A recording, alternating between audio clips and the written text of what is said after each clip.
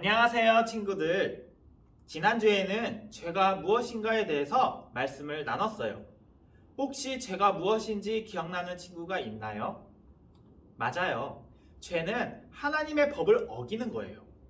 즉, 하나님의 말씀대로 살아가지 않고 자기 마음대로 살아가는 것이 바로 죄예요. 죄를 처음 지은 사람이 누구죠? 네, 아담과 하와예요. 그들의 죄로 인하여 사람들은 하나님으로부터 갈라지게 되었어요. 더 이상 하나님과 만날 수 없고 하나님과 교제할 수 없게 되었어요. 그리고 죄는 아담과 하와 이후로도 퍼져나갔어요. 퍼져나간 죄가 어떠한 영향을 주는지 살펴보도록 해요. 먼저 성경 이야기 영상을 보고 말씀을 계속 이어가도록 하겠습니다.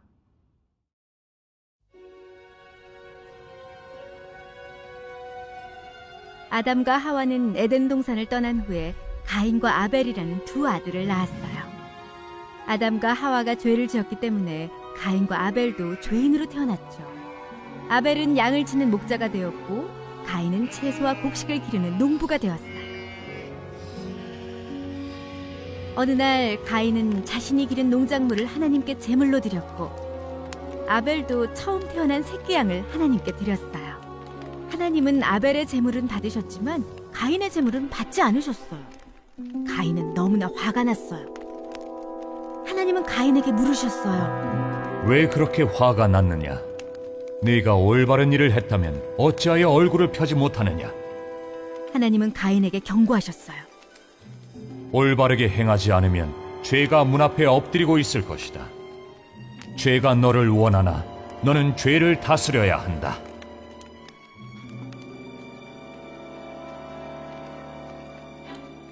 가인은 아벨에게 함께 들판에 가자고 말했어요. 그리고 들판에 있는 동안 가인은 자기 동생 아벨을 죽였어요. 하나님이 가인에게 물으셨어요. 네 동생 아벨이 어디 있느냐? 모릅니다. 제가 동생을 지키는 사람이라도 됩니까? 하지만 하나님은 무슨 일이 일어났는지 모두 알고 계셨어요. 하나님이 가인에게 말씀하셨어요. 도대체 무슨 짓을 저질렀느냐? 하나님은 가인에게 벌을 내리셨어요. 가인이 평생 동안 세상을 떠돌아다니게 될 것이고 농사를 지으려고 해도 땅이 열매를 내지 않을 것이라고 말씀하셨죠. 가인은 집도 없고 쉴 곳도 찾지 못하게 될 것이었어요. 이 벌은 제게 너무 무겁습니다. 이 땅을 떠나 세상을 떠돌게 된다면 저를 만나는 사람마다 저를 죽이려고 할 것입니다. 그러자 하나님은 가인에게 표시를 주셔서 아무도 그를 죽이지 못하게 하셨어요.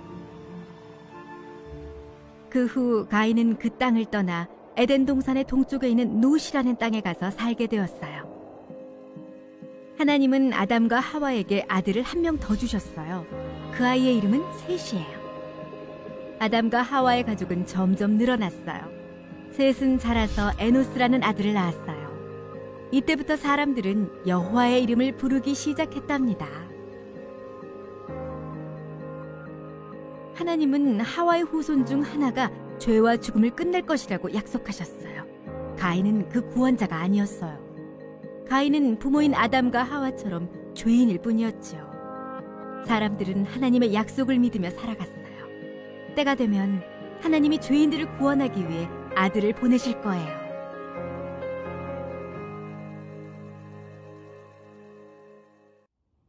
영상 잘 보았나요? 아담과 하와는 에덴 동산에서 쫓겨난 후 자녀를 낳았어요. 자녀들이 태어났을 때 많이 기뻤을 거예요. 가인과 아벨을 보며 행복했을 거예요. 그리고 가인과 아벨은 성장하면서 서로의 적성에 맞게 일을 시작하게 되었어요. 가인은 농사를 지었고요. 아벨은 목축을 시작했어요. 세월이 지난 다음에 가인은 농사 지은 것으로 하나님께 제사를 드렸고 아벨은 처음 태어난 양을 하나님께 바쳤어요. 하지만 하나님께서는 단 한 명의 제사만 받으셨어요. 누구의 제사만 받으셨죠? 네, 아벨의 제사만 받으셨어요. 하나님께서는 왜 가인의 제사를 받지 않았을까요? 창세기에서는 직접적으로 이유를 밝히지 않아요. 다만 우리가 어느 정도 유추할 수는 있어요. 먼저 6절과 7절 말씀을 전도사님이 읽어보겠습니다. 여호와께서 가인에게 물으셨습니다. 내가 왜 화를 내느냐? 왜 안색이 변하느냐? 내가 좋은 마음을 품고 있다면 어찌 얼굴을 들지 못하겠느냐? 내가 좋은 마음을 품지 않으면 죄가 너를 지배하려 할 것이다. 죄는 너를 다스리고 싶어 하지만 너는 죄를 다스려야 한다. 가인은 하나님께서 제사를 받지 않으셨을 때 어떠한 반응을 보였나요? 안색이 변했어요. 그리고 화를 낸 것이죠. 이 반응을 볼 때 가인의 마음은 악이 가득 차 있었던 거예요. 만약 선으로 가득 차 있었다면 하나님께서 제사를 받지 않았을 때 반성을 하거나 다음에는 제사를 제대로 드려야지 라는 이런 반응을 보였을 거예요. 하지만 가인은 안색이 변하고 화를 내었어요. 믿음이 없거나 악을 행하는 사람들도 외적으로는 예배를 드릴 수 있어요. 하나님의 백성같이 예배에 최선을 다할 수 있어요. 믿는 사람들보다 더 열심히 예배를 드릴 수 있고 기도도 많이 할 수 있고 구제하는 일에도 최선을 다할 수 있어요. 하지만 마음에 진실성과 선이 가득 차지 않는다면 하나님께서는 예배를 받지 않을 수 있다는 거예요. 히브리서 11장 4절 말씀에는 이렇게 기록하고 있어요. 아벨은 믿음으로 가인보다 하나님께 더 나은 제사를 드렸습니다.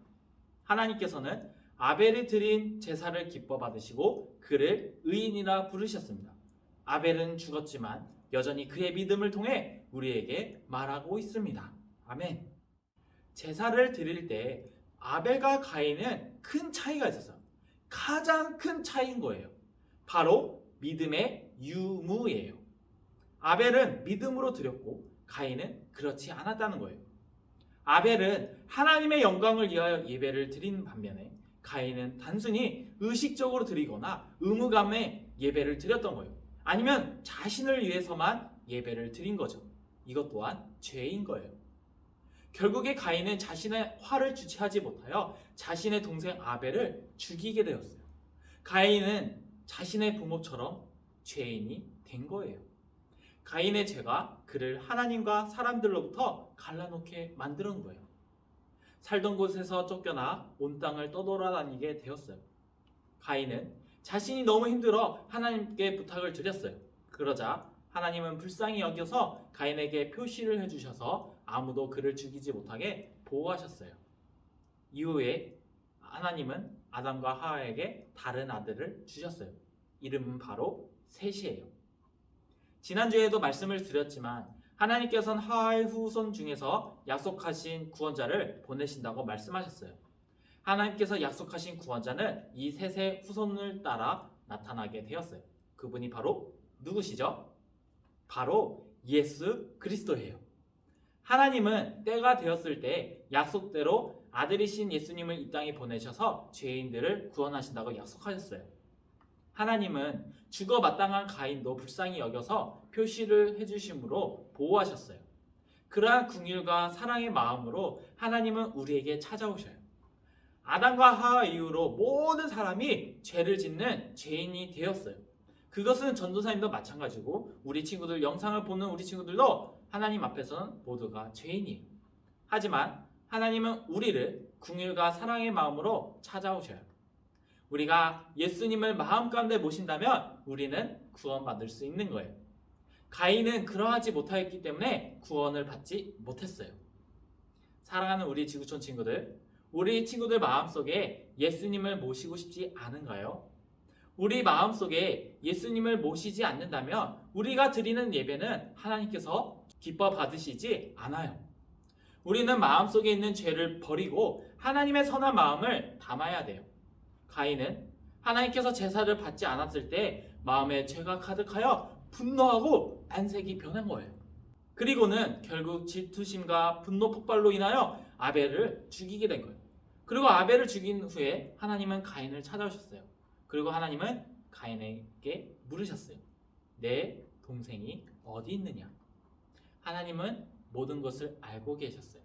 하나님은 아담이 죄를 짓고 있을 때 아담아 내가 어디 있느냐? 라고 물으신 것처럼 하나님은 아담과 가인 역시 직접 고백하길 원했어요. 하지만 돌아오는 답변은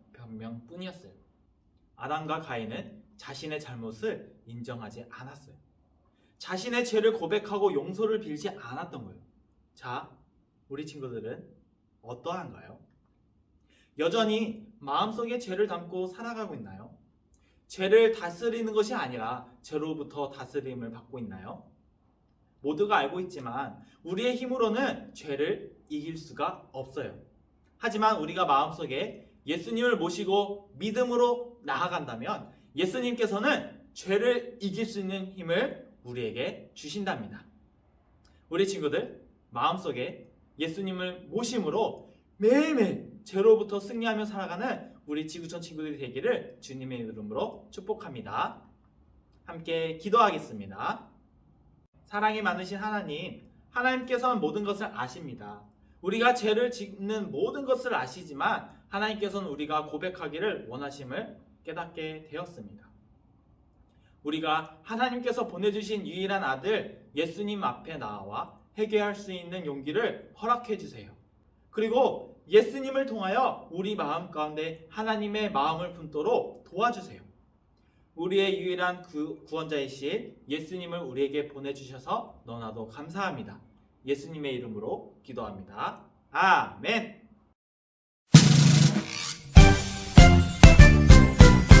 하늘에 계신 우리 아버지, 아버지의 이름을 거룩하게 하시며 아버지의 나라가 오게 하시며 아버지의 뜻이 하늘에서와 같이 땅에서도 이루어지게 하소서. 오늘 우리에게 일용할 양식을 주시고 우리가 우리에게 잘못한 사람을 용서하여 준 것 같이 우리 죄를 용서하여 주시고 우리를 시험에 빠지지 않게 하시고 악에서 구하소서. 나라와 권능과 영광이 영원히 아버지의 것입니다. 아멘. 지구촌 친구들 안녕하세요. 이 시간에는 들은 말씀을 기억하면서 함께 가스펠 프로젝트 공과를 살펴볼 거예요. 가스펠 프로젝트 공과책을 가지고 있는 친구들은 구약 1의 사과를 준비해 주세요. 가스펠 프로젝트 공과책이 없다고 해서 당황할 필요는 없어요. 화면을 보면서 전도사님의 인도에 따라 문제를 풀면 되니까요. 혹시 너무 빠르다고 생각되면 영상을 일시정지 하면서 진행해 주세요. 우리는 가인의 죄가 그를 하나님과 사람들로부터 갈라놓았다는 것을 배웠어요. 자, 오늘 들은 말씀을 기억하면서 함께 출발해 볼까요? 소년부 친구들, 먼저 탐험하기 첫 번째, 죄를 지워라 시간이에요. 보기에서 하나님께서 싫어하시는 것을 찾아 지우고 아래 죄는 이라고 시작되는 문장을 바르게 적어보세요.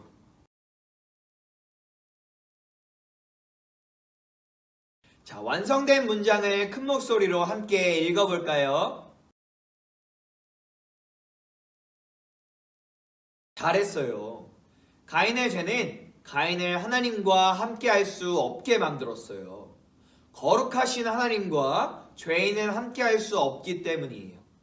우리가 죄를 가지고 있을 때도 마찬가지예요. 우리의 죄악은 하나님과 우리를 멀어지게 만들고 우리가 하나님과 함께 할 수 없도록 만들었어요. 우리가 지어야 할 죄악들은 무엇인지 생각해 보세요. 자, 다음은 풀어라 암호 시간이에요. 비어져 있는 칸을 채워서 성경의 책 이름을 완성한 후에 아래 암호 문장을 풀어보세요.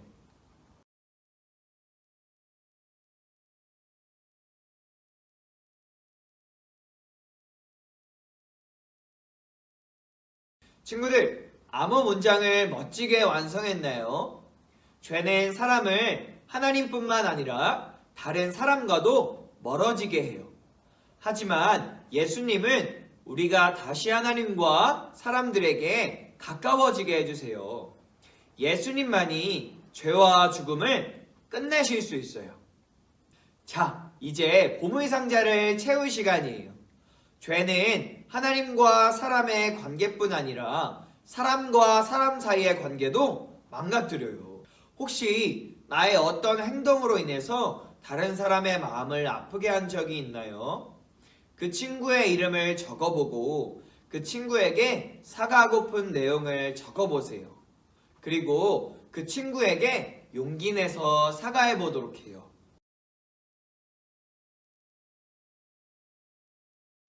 자, 다들 해보았나요? 사랑하는 지구촌 친구들, 죄는 하나님과 사람의 관계, 그리고 사람과 사람 사이의 관계를 모두 망가뜨렸지만 우리 예수님께서는 이 모든 관계를 화목하게 하셨어요. 그런 예수님을 기억하고 감사하면서 우리 함께 기도할까요? 하나님 아버지, 우리는 하나님뿐만이 아니라 다른 사람에게도 잘못을 저지릅니다. 우리의 잘못이 사람들 사이의 관계도 망가뜨립니다. 하지만 하나님께서는 이런 우리를 사랑하셔서 예수님이 우리 잘못의 대가를 치르게 하셨습니다. 우리가 고치지 못하는 관계를 예수님이 고쳐주셨습니다. 우리를 우리의 죄에서 구해주시겠다고 하신 약속을 지키시는 하나님, 예수님을 보내주셔서 감사합니다. 예수님을 더욱 알기 원합니다. 사랑하는 예수님의 이름으로 기도드립니다. 아멘. 이렇게 영상으로 예배드리고 공과 시간까지 함께한 우리 친구들, 하나님께 온 마음을 다해 드리는 예배를 우리 하나님께서 기뻐해 주실 거예요. 자, 그럼 다음 주에 또 만나도록 해요. 안녕.